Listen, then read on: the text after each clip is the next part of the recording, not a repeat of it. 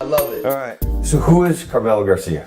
First of all, Adam, thank you for having me here on NetWorkWise. I'm excited to be here. Carmelo Garcia, brother, is a humble, visionary, progressive, thoughtful leader who has had humble beginnings, who has grown up in the city of Hoboken and really defied the odds, pulled himself up by his bootstraps. I was one of the fire victims back in the 80s, whereas they were burning Hispanic and black families out of their homes to make way for the gentrification. Indians too, right? That is correct, yes. Great knowledge and history. And the fact of the matter was that I was 10 years old, 1985, when the landlord paid an arsonist to burn us out of our homes. I had to jump out of a third-story apartment window with nothing but the shirt on our back.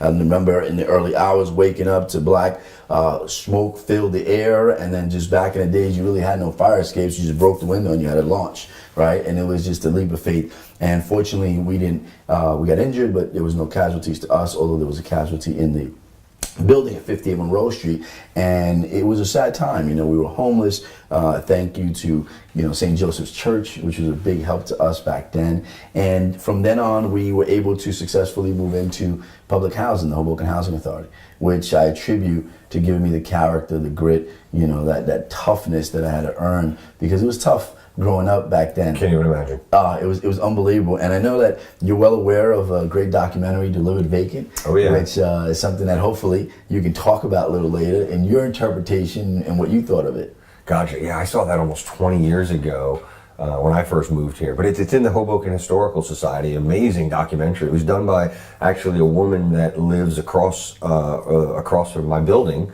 Norma Roberts. Is that who it was? Yes. Okay, Yeah. and I think that it happened by mistake, right? Because she was an artist that was here to just do art, and she just happened to be here during these turbulent times, and she just started filming some of these fires, and then she began interviewing people, and it just turned into something that I guess is like a Tim Ferriss or one of these VCs might say that she pivoted and created this movie. That's a good way to put it. Is that, yeah. So it's a powerful movie. I recommend it to anybody who moves to Hoboken. It is. It highlighted what was happening back then. Was it accurate? Very accurate. I mean, it highlighted what was happening back then. Our families were kind of documented in the actual documentary. So it was very powerful, because where we are today, right, I always say you have to honor the struggle in order to value the progress, right? And the reality is that, I'm telling you, brother, the reality is that back then, that was the struggle. I mean, Manhattan was 10 minutes away. They were making way in the late 80s, and started in the mid 80s, then to late 80s, and it was disastrous what was happening. But ultimately, with the evolution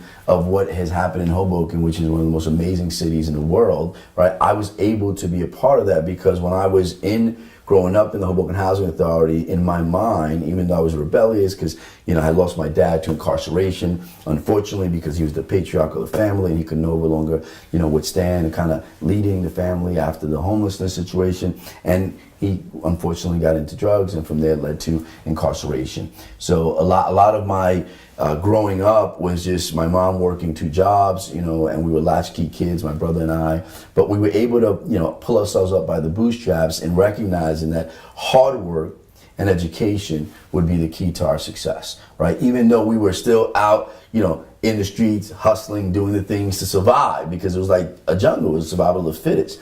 You had mismanagement, neglect. You had just the madness of, what was happening at the time was more of a concentration of sort of that element, that crime into, the housing authority campus, with drugs and what was rampant at that time. Fortunately for me, at that growing up in high school, and then when I was able to go to college, which I almost didn't get into college because I almost failed the entrance exam, which was an essay that I needed to do. I passed everything else, but I could not pass the essay because I didn't know how to construct an MLA style essay. So my high school had failed me at that time, even though I'm a proud Red Wing, and I was able to come back, and give back and make a difference and change the curriculum for a better course of action for students in the future. The reality was that I almost didn't get in. And I got a second chance, and by the grace of God, I got in. And I was able to defy the odds, because it was D1 school. It was one of the best schools, at the time. I only applied to 2, colleges, and that was the one that, both of them accepted me. But I was just EOF, which was the Equal Opportunity Fund. Got in through that program, recognized the value of that program because, we were impoverished, so therefore we didn't have any other means to afford that kind of a university, but through that mechanism. And it gave me a lot of remediation, all the right resources that I needed.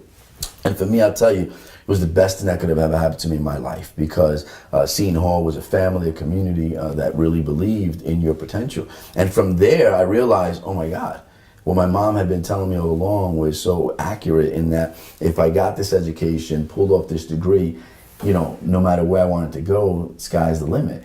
And then from there, I decided, I drew up a roadmap and said, you know what, I'm going to come back and run for public office to give back. Before doing that, but didn't you get a couple other degrees along the way?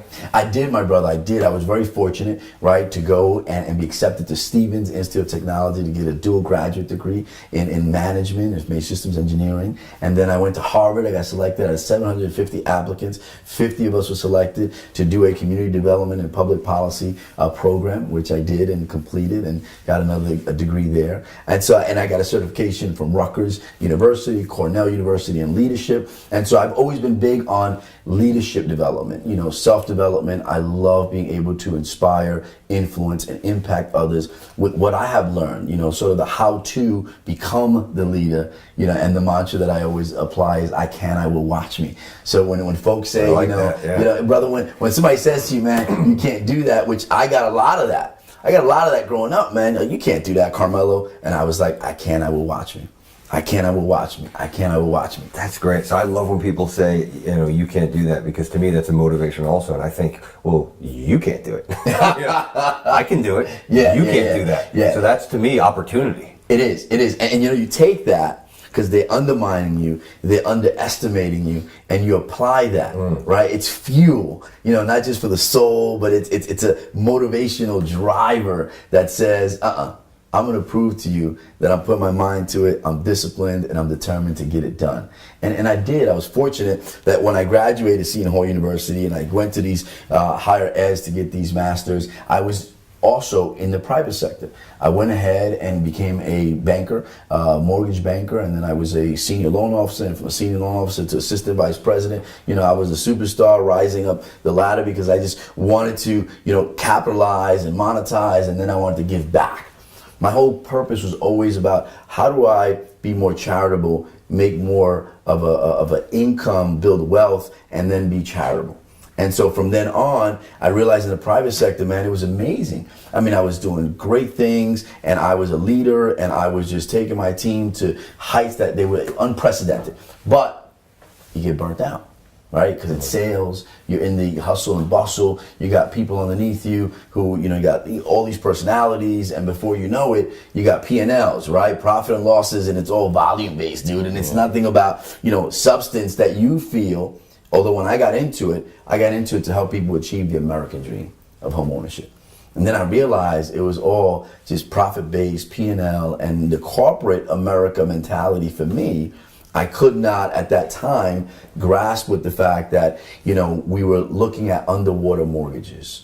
Like, I called the toxic mortgages before the bubble happened in 2008 because I saw it. We were giving out, mortgages to folks that, debt to income ratios were at 60%, 55%. You had subprime lending that was a killer, and that was a big problem. And from there, I realized my appetite was unfulfilled for public service, giving back to my community. And I always came back to my roots. Never forget your roots. Never forget your roots. It's very important that folks understand, that's what makes you. It's like the root, of a tree, brother. You know what I mean? Like that's so solid when you can go back to the core of the essence that built you up to become who you are. And I thank God every day of my life because I'm excited every morning about what the future holds and what I'm creating, what I'm building. So what are you creating today? What's your present role and how is that serving you? I love that question. So today, I wear many executive hats, right? Number one, I'm chief of development, so there's deputy mayor for the City of Newark, the largest city in New Jersey. In Hoboken, I was at one time deputy mayor. I was director of health and human services, community development, executive director of the very same housing authority that I grew up in. Wow. which is so Full unique. circle, huh? Yeah, it's a blessing. Yeah. It's just unbelievable. It was a dream, and I was able, when people said I can't, I said I can, I will, watch me, and I made it happen, brother. And I was able to successfully, go back and give to my community, feel like I would be the Moses of my community and lead them to greater aspirations, get them out of this sort of ghettoized culture mentality that really stumps and keeps you, constrained, because you think all you have is these four walls. And it's more than that. So for me, what I'm doing today is exactly what I knew I'd be accomplishing as a thought leader, economic and community development specialist practitioner, because that's really what I do best. I've mastered the art and science of being able to really rebuild communities, right? Urbanization at its best. So to do that, what's a skill set that you need to be successful in doing what you do? Networking. Number one. All right, let's talk. Very important. Networking leads to building credibility in the work that you do. So for me, when I partner up with people and I bring them in and I give them a concept plan and then I structure the deal, whereas they recognize, okay, this is possible, highest and best use. Here's what you can't see today, but here's what you will see tomorrow. And you have to have leadership that is going to have vision, right? Like I have great mayors, Mayor Baraka, a visionary leader who can say, hey, you know what? I want to build something here that's going to be mixed use, multifamily. It's going to stimulate this corridor. Carmelo, how do you get that done? And that's what I do best, right? I'm the guy who comes in and architects it, engineers it, and then basically has to implement it. So you engineer that, and then when it comes to networking, you have to have a list of all the different types of people that can facilitate all these different roles in order to kind of see the project from A to Z? That's correct. You have to have a cadre, first of all, of all-star people, like that you have to have worked with that are result-oriented, right? You need to make sure that you have people, as I say, GID people. Get it done, right? Just simply get in the room, have smarter people than you, have folks who can brilliantly think outside the box, but at the same time be able to capture what it is in essence that you're trying to achieve. Because if you don't know the goal and understand ultimately the plan, which is a comprehensive one, because you can't do in rebuilding cities, you can't do it piecemeal, right? When you take the largest city in New Jersey, like Newark, and you look at where it's come from, right? And it's been 4 years of this journey, and you had, former Mayor Booker, now Senator Booker, who was a great cheerleader, an amazing, leader that, was able to drive and stimulate, Newark's, prominence of what it could be. And then you bring in Mayor Baraka, who is practical and also visionary and progressive, and now, puts together the right team to say, hey, this is where we're going to be. And my thing is, tell me where you want to be and I'll get you there. Right? That's my reverse engineering. That's it. You're right. It's all reverse engineering. But the blessing is that you have to have a skill set that not only allows you to bring people together, to galvanize people in buying into that vision, but also on the pragmatic side, that you understand how to get it done, right? Also, what's key is my background as a former elected official. I served, for 14 years in the school board as well as the state legislature. So understanding the dynamics between federal, state, and local government is critical to the success of how you navigate a project. Because project management, at its best, is about, hey, here's what we need to accomplish. Here's the team that I put together. Here are the milestones, and here's where we're going to be able to execute. Because if you don't have the discipline to execute, and that's the culture that I build, right, is a culture of execution and discipline, then what happens is you stay off course, you get anything can, objectively, come in your way and detour you. But the fact of the matter is that when you're building market confidence in any city in America, in any market, as you know, your market forces, you have to have certitude and consistency. So what are the challenges that you face on a day-to-day basis, and what are some of the, the overarching challenges? So the challenges you face on a day-to-day basis are sometimes you deal with ineptness, sometimes you deal with folks that don't want to buy in, the resistance. You have the fact that you have these caveats, right, that can ultimately, from the market forces, throw you off, rates go up. You have a situation where in your capital stacking, subsidy's not there, the pilot is not there, a RAB, which is a revenue allocation bond or redevelopment area bond, is not available. You're relying on state subsidies or federal subsidies, they're not available. And also environmentally, the site in itself might not be environmentally prudent to be able to build what you want to build. You might have to raise the site, you might have to have contamination and clean it up. Just the topology of it, the physical, right?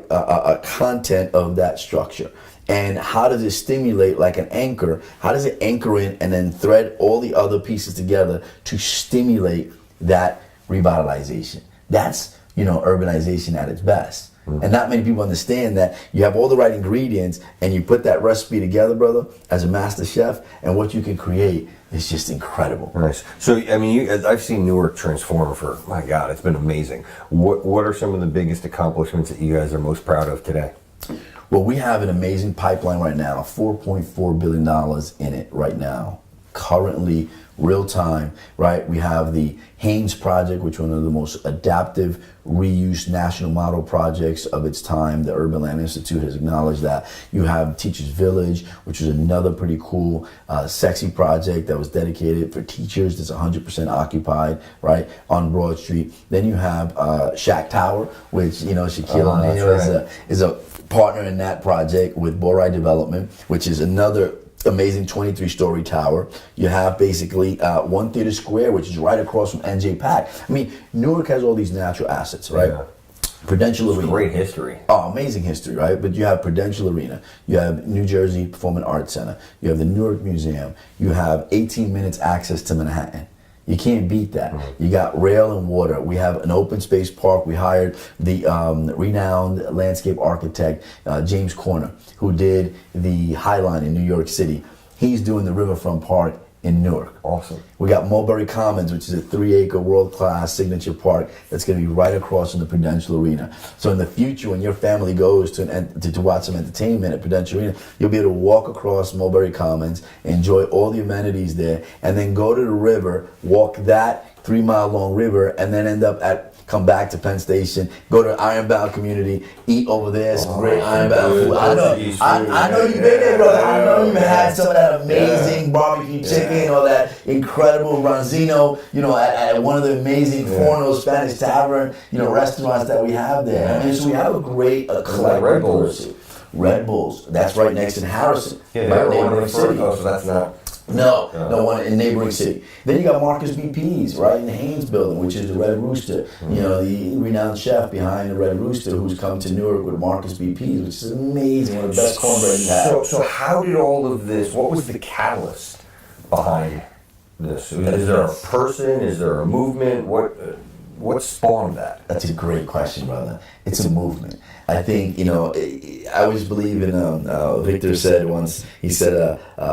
An idea whose time has come is the greatest to happen, right? It's an idea whose time has come. And the idea of Newark having this comeback. Because it's a rough area. I mean, it's still a really rough, some places, I should say. Well, some parts, right? It's getting better, though, because of the fact that once you've given it that love, that tough love, and you're doing it the right way from an economic community development standpoint, because you got to create jobs, right? I mean, that's driving the economy. And how do you create jobs? Through construction. How do you create jobs? Through retail. How do you create jobs? Through having renters, having homeowners. That's how you create jobs. The reality is that every time you get a new renter, every time you get a new homeowner, you're going to create a job because there's a new retail that's going to open up. There's a new shop that's going to open up, right? You got a park. You're building a new park. You're rehabilitating a park. You got to hire folks to maintain the park. So ultimately, that's one of what I call the E3 model, which is what is your economic, environmental, and employment impact?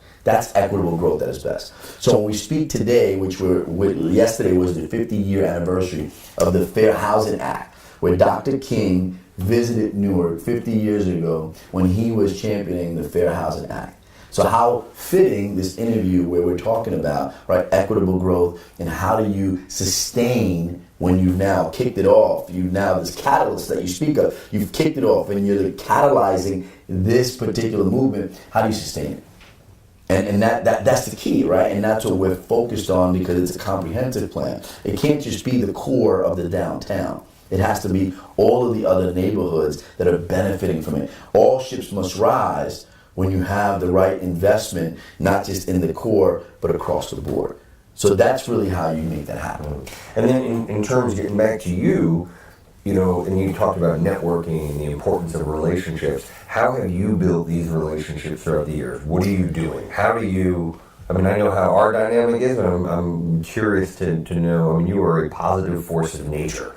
What have you done? How have you built these relationships? So you know what, Adam, the beauty about it is that I've been blessed, and I thank God every day that I have the ability to truly inspire, influence, and impact people, right? So have you always had that?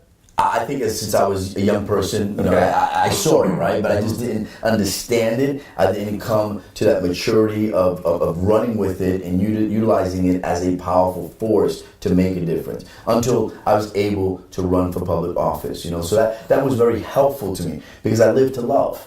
And when you live to love and you recognize the gifts that God has given you, and you turn those talents and the skill set that you earned through training and programming and coaching, now you realize, the dynamics, you're well-rounded. When you got common sense, street sense, and book sense, you're a very, very effective leader, brother. You know what? You become very empowered. $dollars. Yeah. well, eventually, yeah. That's the thing. It's a marathon, right? It's never a sprint. So for me, I've been very fortunate that through my credibility of doing what I say I'm going to get done, right? The GID model, the mantra that when people say to you, again, you can't do this, and I say, I can, I will, watch me, and then you convert it into a team mentality, we can, we will, watch us, right? It's very powerful when you're really loving people and when you're really believing in people. That's really the essence of it, is being able to say to someone, I believe in you, I believe in the potential that you have, but now here's a vision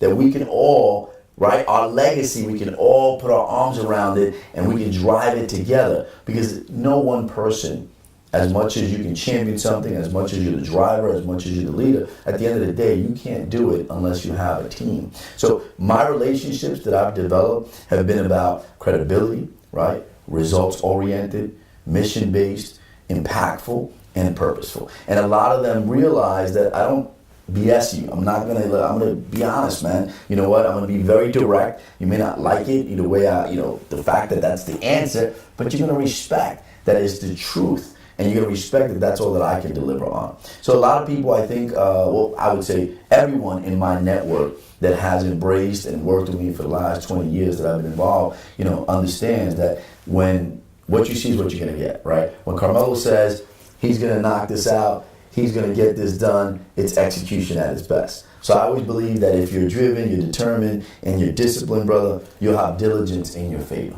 That's just the reality. And people love that. People want to be around that energy that's so optimistic, but yet so deliverable, right? It's like you can be optimistic, you can have all the dreams and concepts, but it's all pie in the sky, but show me what you've done. And in 20 years, I can show anyone my track record as to what I've been able to accomplish, and not to boast about it, but just to be a role model for other younger people to see and know that it's possible. You can do it. You can if you decide that you want to make that difference. You have to be able to surrender, brother.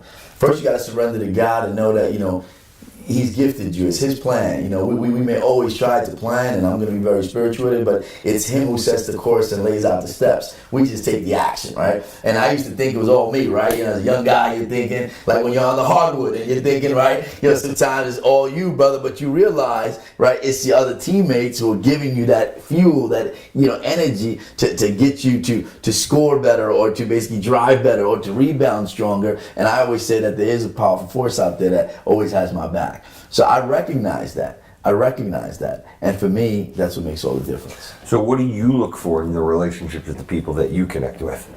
What are the characteristics you're evaluating on? In adding value, because that's where I'm at now, right? We mature, you get these stages in your life, and I'm very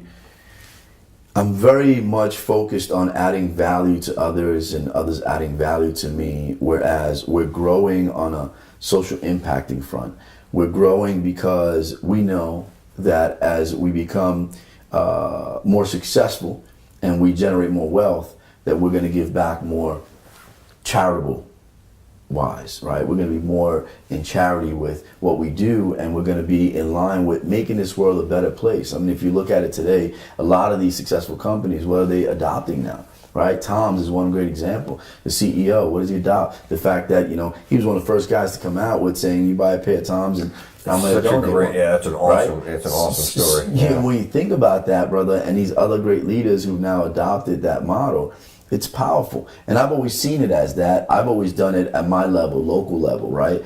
County level. But now when you start to move up in the world and you realize, hey, I can make a greater difference in building communities and rebuilding, urbanization and making my legacy become your legacy. Because that's the key. It has to be our legacy. It has to be that we're all in because we want to get to that light. That light is very powerful, which is, how do you make a difference in that person's life? And you're now giving them more access. So we create greater access. And that's what I want to do within my relationships moving forward is, I'm authoring a book, Become the Leader, I Will Watch Me. I want to see that be my catalyst to really being able to do motivational, inspirational speaking with people, right, who believe. What do you think are some of the biggest obstacles that people face? I say today, the sin of doubt, which the sin of doubt leads to fear.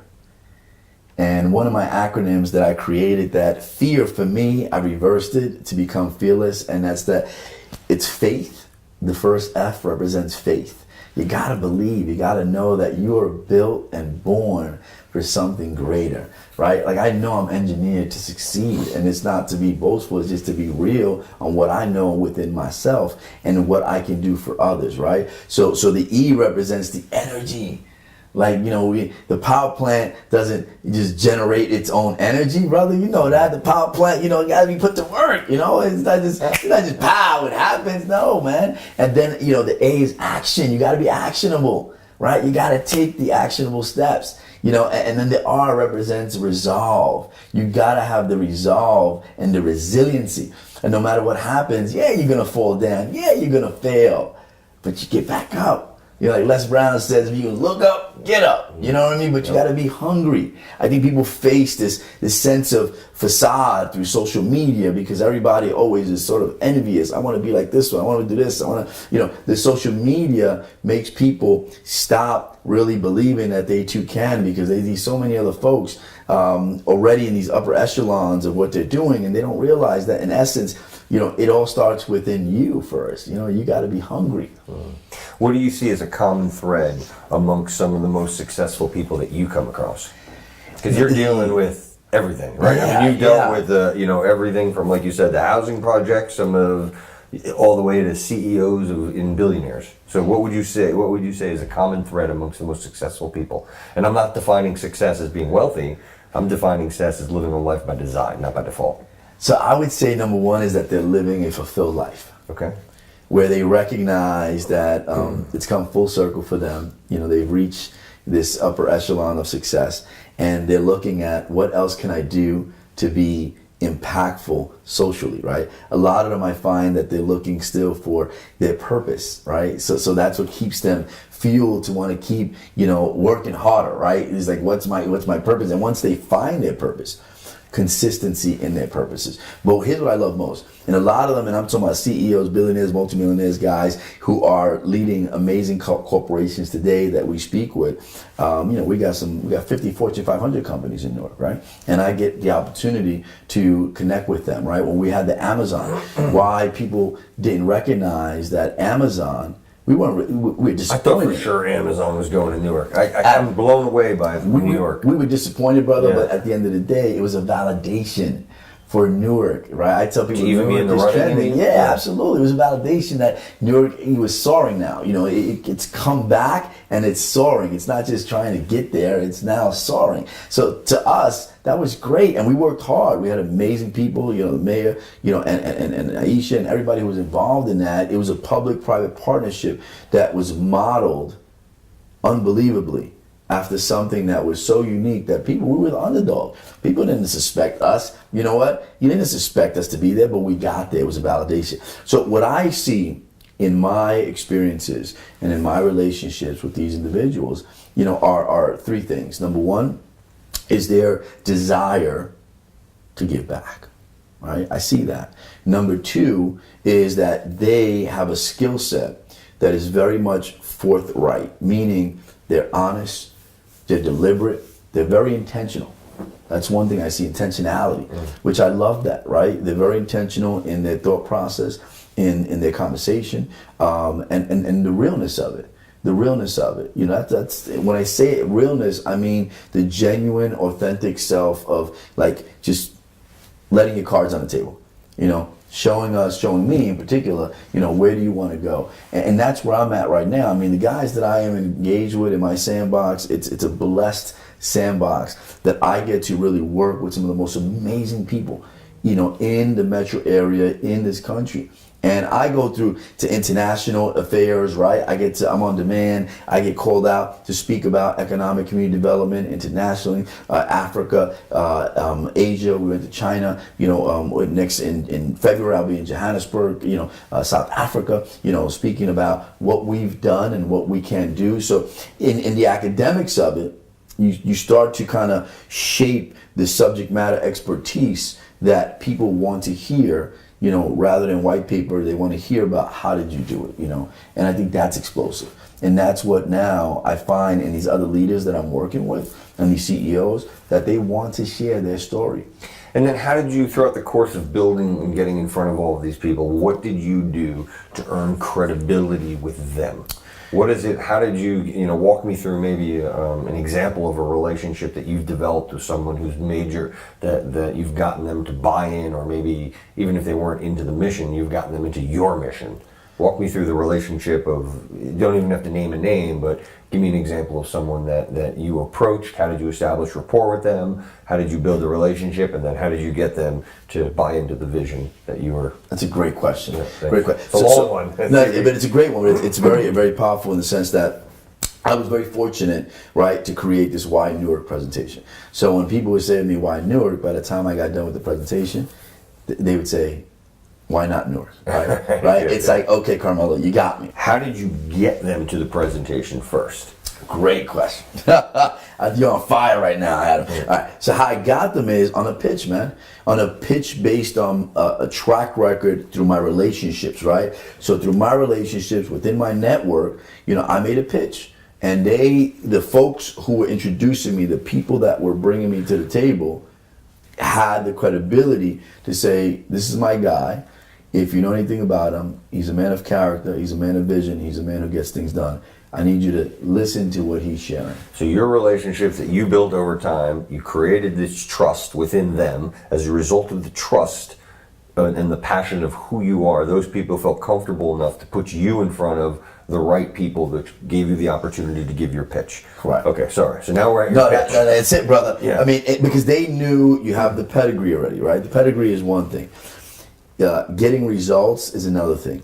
And then lastly is, can you convert the getting results and your track record and pedigree into now hooking me into why I should make this investment? Yeah. Right? And this is, you're talking about billions of dollars in investment. So why should I make this investment? Yeah, when they're getting hit from everybody else. Yeah, Everybody exactly. wants in their cookie jar. Everybody, yeah, I like that. Yeah, everybody wants in their cookie jar. So the fact of the matter is, I was able to successfully, right, lead them through why it was pertinent for them to be a part of this.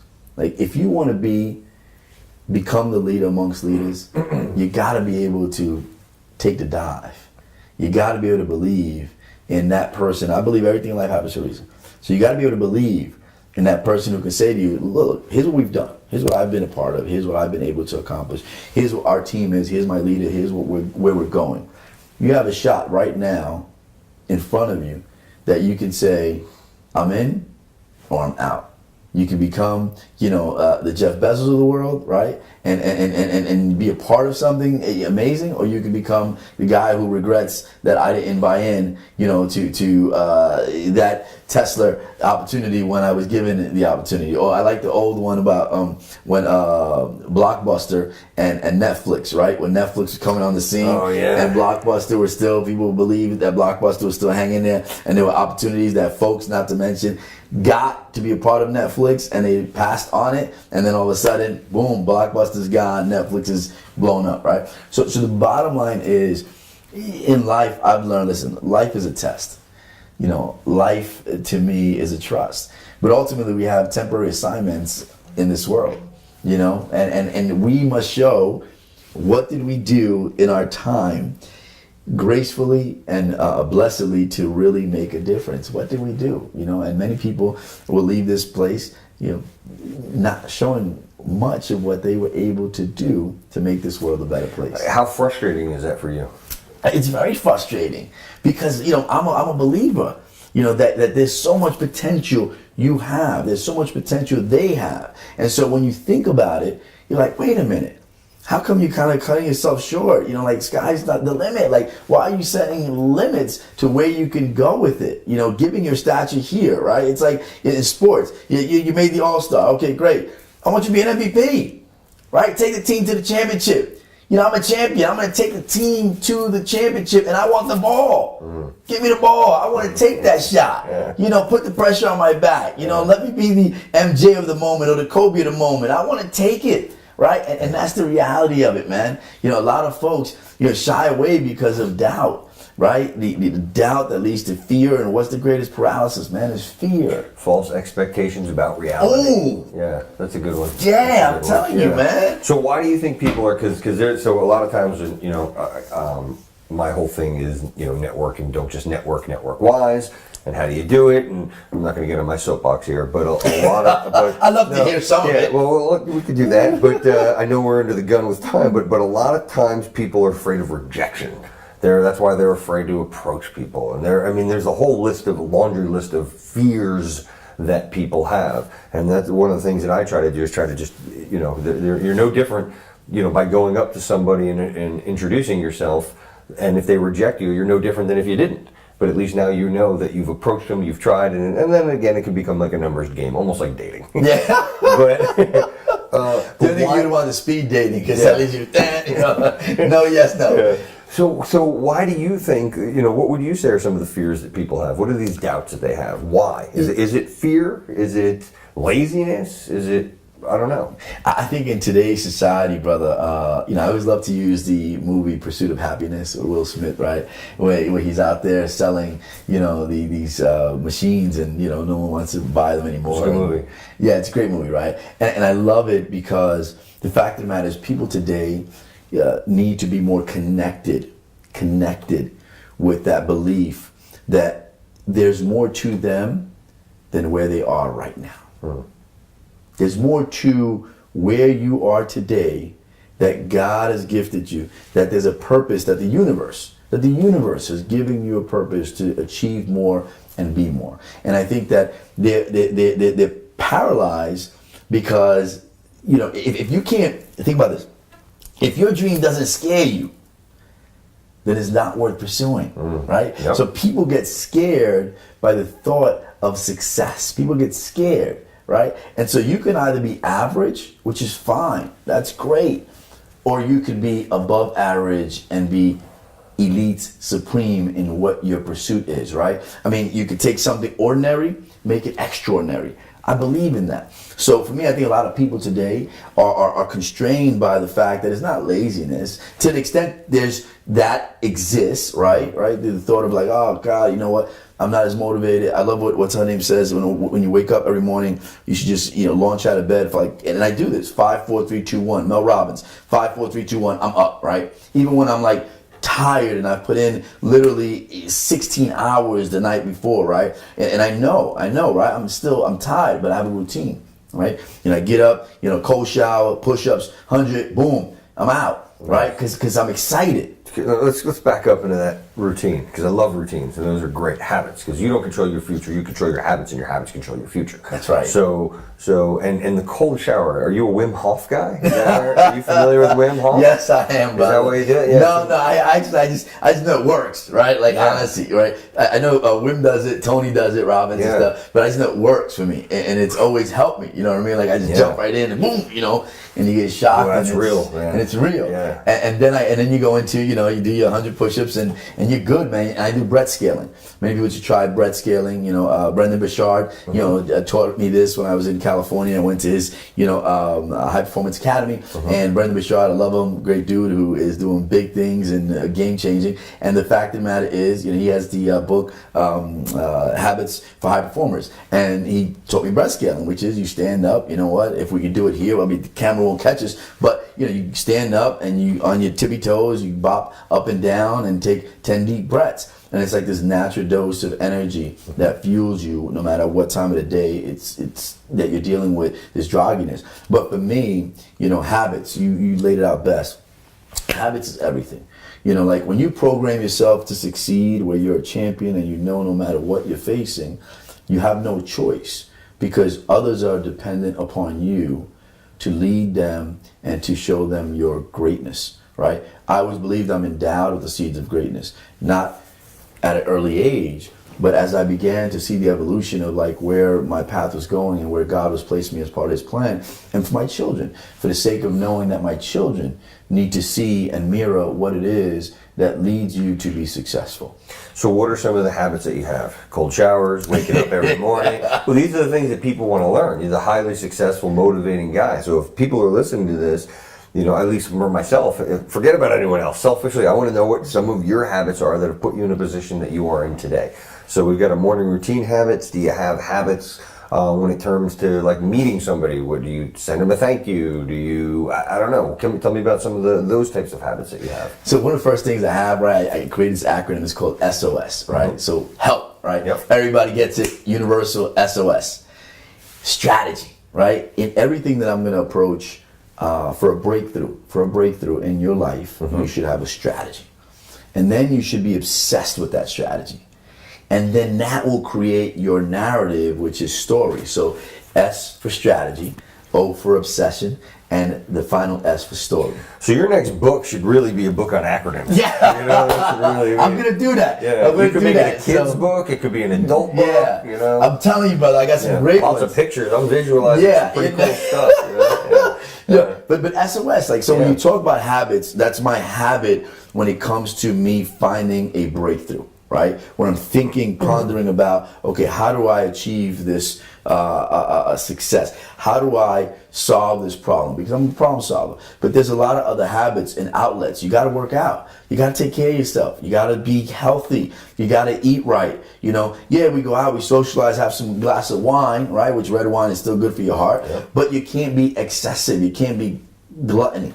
You can't be glutton with it, right? You just can't. You have to be in moderation, and you have to have habits, like you said. Like I'm programmed where I can stay up to 3 o'clock in the morning, right? Sometimes I tell people, they say, how do you do it? I say, I'm a vampire, right? But the fact of the matter is that is not as healthy, right? But it's been programming throughout the last 25 years of my life that has led me to basically utilize that as a method to think better, to work harder, to have greater output. But in the end, I want to eventually get to a point where I can sleep no more hours, right? And be more productive, because scientifically it's proven that you will get more productivity. But then you have a percentage of us whose DNA, right, is a little bit different. And there's a uniqueness to what you can do in your capacity that others can't. I would say habit, build capacity. Take yourself to the max. See, like a rubber band, how far you can stretch before you snap. Right? And then understand that, that capacity will allow you to do, whether it's exercising, whether it's reading, whether it's writing, whether it's, theorizing, whether it's, concept planning, whatever it is, project management, right? Understand your build capacity. It's interesting. So there's something that I do a lot of times when I speak. I do public speaking to show people how, because you mentioned something about, go to your capacity. And a lot of times you can go so much farther than you ever think. You talk to any professional athlete, any endurance person, it doesn't matter who it is. So there's a great, I don't know if you've seen this before or not, and I get everybody, the short story is I get everybody to stand with their feet planted and turn all the way around. So you're standing, you're facing one way, and then you turn all the way around. Are you familiar? You know where I'm going with this? No. So you turn around and then you look at something that you can point, what you can see. So if anyone who's listening, close your eyes, turn all the way around, Focus on I'm gonna do something. this. Focus on. All right, yeah, let's do it together. Okay. So, all right, see how far you can go. Okay. Maybe you should move up a little bit. I'm gonna move this table up. Yeah. And then see how far you can go. Okay. All right. This is as far as you can go. Now focus on that spot. You remember that? Yeah. Okay. Now turn around. Close your eyes. Close your eyes. Look at, face the same way. Now picture yourself. There you go. Sorry to make this confusing. Now visualize turning your arm all the way around to that point, but keep going. Now keep going. Now you've gone around once. Okay. You got that? Keep your feet planted. Now picture yourself going around again, spinning it all around. Your feet are still planted, so you're starting to spin around kind of like Gumby. Okay. Now you're twice. Picture it again. Visualize slowly. You're totally turning around, all the way around, all the way around. Okay, third time. It's tight. You can feel your body is really, really tight. You got one more in you. Ready?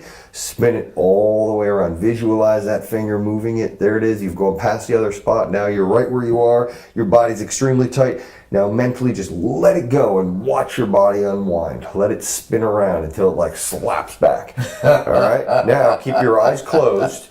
Keep your eyes closed, and I want you to now physically put your arm, lift up your arm, move it, and pull it all the way back. Now go all the way, keep going, keep your feet straight, keep going, don't look, let it go as far as you can. Okay, open your eyes. Do you see how much farther that you went? Yeah. You just increased, you were right here. Yeah, no, you're right. And then you just kind of increased, at least, 10%, 15%, and you're doing it sitting. If you were standing, it's usually most people 20 to 25%. And that's just a metaphor, Just so if you think about that, you did that took, a minute, 2 minutes. That's right. And you just did that. So your mind, look what you can do. That's right. It's a visualization. It's a matter of, are you committed? Are you going to believe? You can't, you just witnessed it. So to your point, it's powerful. It's powerful, and that's what and I appreciate even that exercise, because if everyone truly were to take a moment and to embrace something like that, just try something new, right? Like I make people my team. I lead hundreds of people my team, and I make them get out of their comfort zone, not by making them uncomfortable with who they are, but by making them uncomfortable with what they need to perform to break out of that current state of mind, right? Because attitude, I believe, is the greatest principle of leadership. That would be if somebody said to me, I have 16 principles of leadership, I tell people attitude is the number one, right? Because not only 1% is what happens, but 99% how you react to it. But if you think about it, it all begins with your mind, right? It all begins. So would you say attitude is the same as mindset? Yes. Okay. Yes, I because concur. Without a doubt. Without a doubt. So that's why now we're in this age of mindfulness, but the fact of the matter is that it all starts in the mind, right? Mm-hmm. And I love the quote that says, if you think you can or cannot, you're right. I love that one too. It's one of my favorites. We're gonna have a quote off here. Yeah, we should. I love it, brother. That might be a good battle. Yeah, you know what? Yeah. Moving forward, we might even create a show from that. Yeah. But the fact of the matter is that I just wish and I pray and I'm hopeful. See, when I hope, I'm not wishful thinking. I'm going to bring it into existence. That's one thing that I know I find very unique and that I can attribute to my successes has been that I'm going to bring it into existence. So if people could do that, just hope to bring it into existence versus hope to expect that somebody else or something is going to fall out of the sky and come into your lap, right? It doesn't really work that way. You have one divine forces, right? And there's belief that that's a plan that comes from another higher power. But at the end of the day, you have to be able to believe that you can bring it into existence. So I will things into the universe, right? I'm very effective with that, and I thank God because I was able to realize that power when I was working with other people, and I would will things into the universe. And as a creator and as a builder, you know this best. You're putting this show, NetWorkWise. Like, you know what? This is a concept you had, and you said, I'm going to do it.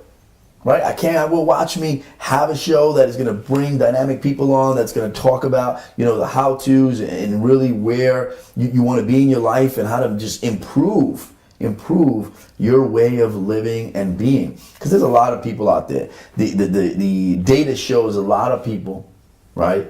Probably 80% looking to improve their quality of life, looking for a healthier lifestyle, looking for greatness, searching and wondering, how do I get to be as successful as others.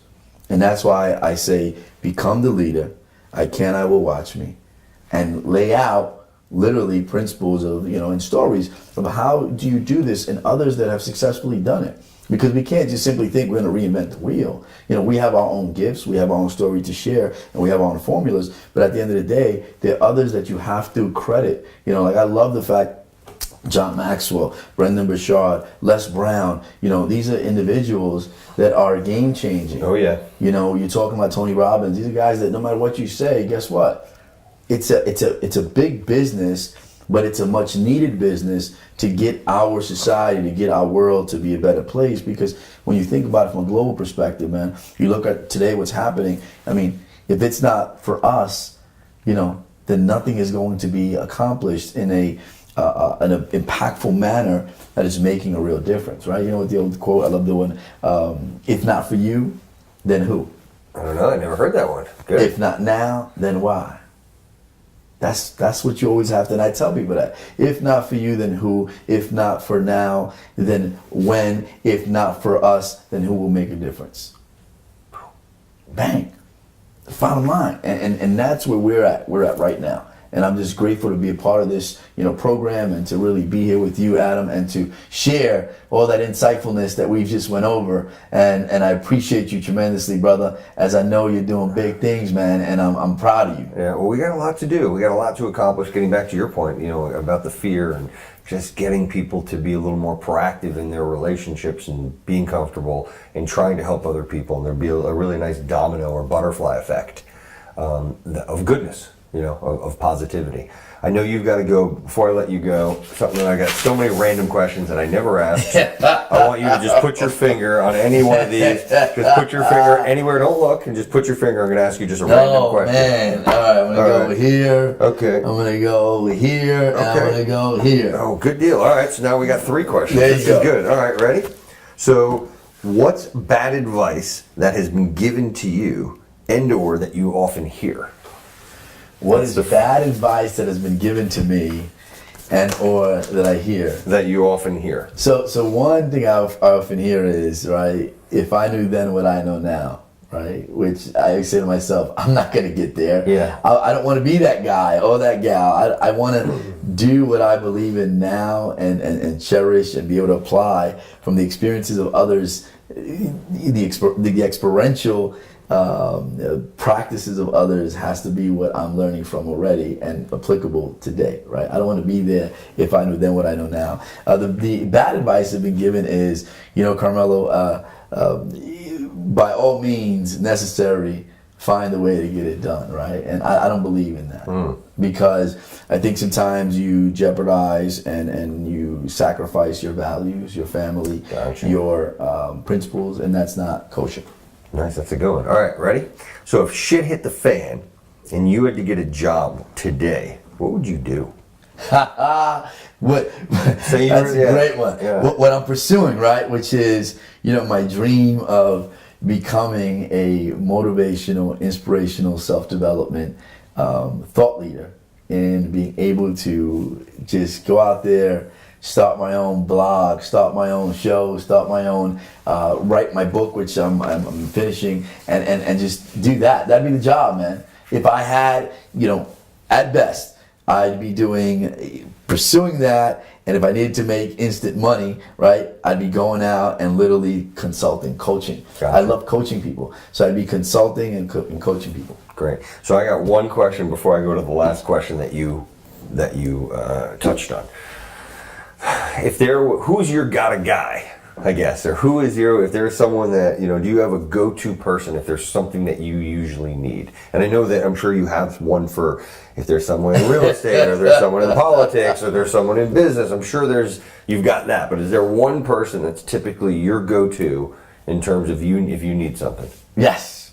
All right. Yes, I have multiple. You put it best, right? Yeah. I have multiple go-to people that I would say, hey, if I need something in this realm, but my go-to as a companion is my wife. Margarita. Yeah, That's not a bad go-to. I gotta give her a shout out, man, because she's unbelievable. She's, you know, She is. that's my best I can friend, my attest to partner. that, yeah. And so she's my go-to when it comes to, you know, looking at a scenario and sort of kind of, you know, looking at ways and strategy and angles to get through that resolution, to get to that resolution. But I have, you know, folks in all spheres, you know, when it comes to, you know, investments, you know, I go to my man Jim Leo. When it comes to, you know, legal, I go to my man Angelo Genova. You know, so I got people, you know, within, you know, if there's something to do with, you know, global aspects of, you know, Africana and dealing with African views, you know what, I go with,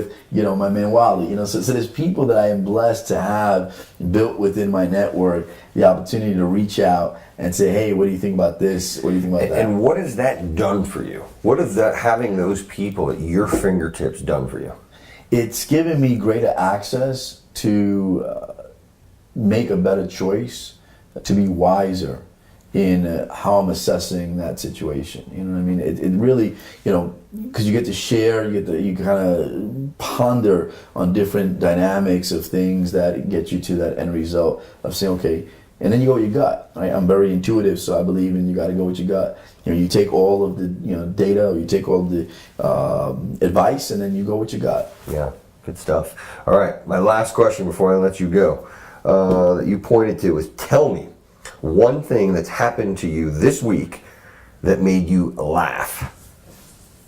Well, I was away in Italy, got back right before Christmas, and you know what made me laugh was, you know, I had a beautiful gathering for Christmas, and you know, I love the joy and the smiles of the family, and again, I believe we make a living from what we get, but a life from what we give. So for me, what made me laugh was the fact that, you know, you're seeing the evolving of these children, my nieces, nephews, my godchildren, and it never fails that you get them a gift, right, that you think they want. Yeah. And then lo and behold, there's a cheaper gift that they received, right? And they have more fun with that than the actual gift that you were like, oh, you know, this is what you put on your list, right? and then what you're thinking, and then you look at them playing, like my 4-year-old son Grayson, who I call my prince, like I'm watching him, you know, playing. He got this great crane, and you got all this stuff, you know, that he's gotten, and then he's playing with, like, you know, literally marbles, right? Like it's like, you know, marbles and slime, and I'm like, oh, slime, don't you get know, me started on slime. dude, so I'm like, wait a minute, you got all these other wonderful gifts to entertain, but he stays literally, you know, for a few hours just playing. He's very tactile. Very sensory. Yeah. Very sensory. Yeah. You know, and he's very, I like that, tactile is the word as well. But I would say he's very sensory, and he loves to just create and make stuff. You know, so I can see him, you know, as a future maker of something spectacular, an inventor. It'll be something nice for him to build in Newark. Yeah. Awesome. One day. Yes, indeed, brother. Listen. My man, thank you for coming on. What an inspiration. Appreciate your insights. There are so many things to get out of this conversation. I'm excited to hear what the people that are listening or watching, I really look forward to the feedback that they have to share, and possibly having you back on. Thank you, my brother, and I appreciate everyone who's been listening and watching for NetWorkWise. I think this is just game-changing and groundbreaking with my man Adam Connor, brother. That's it.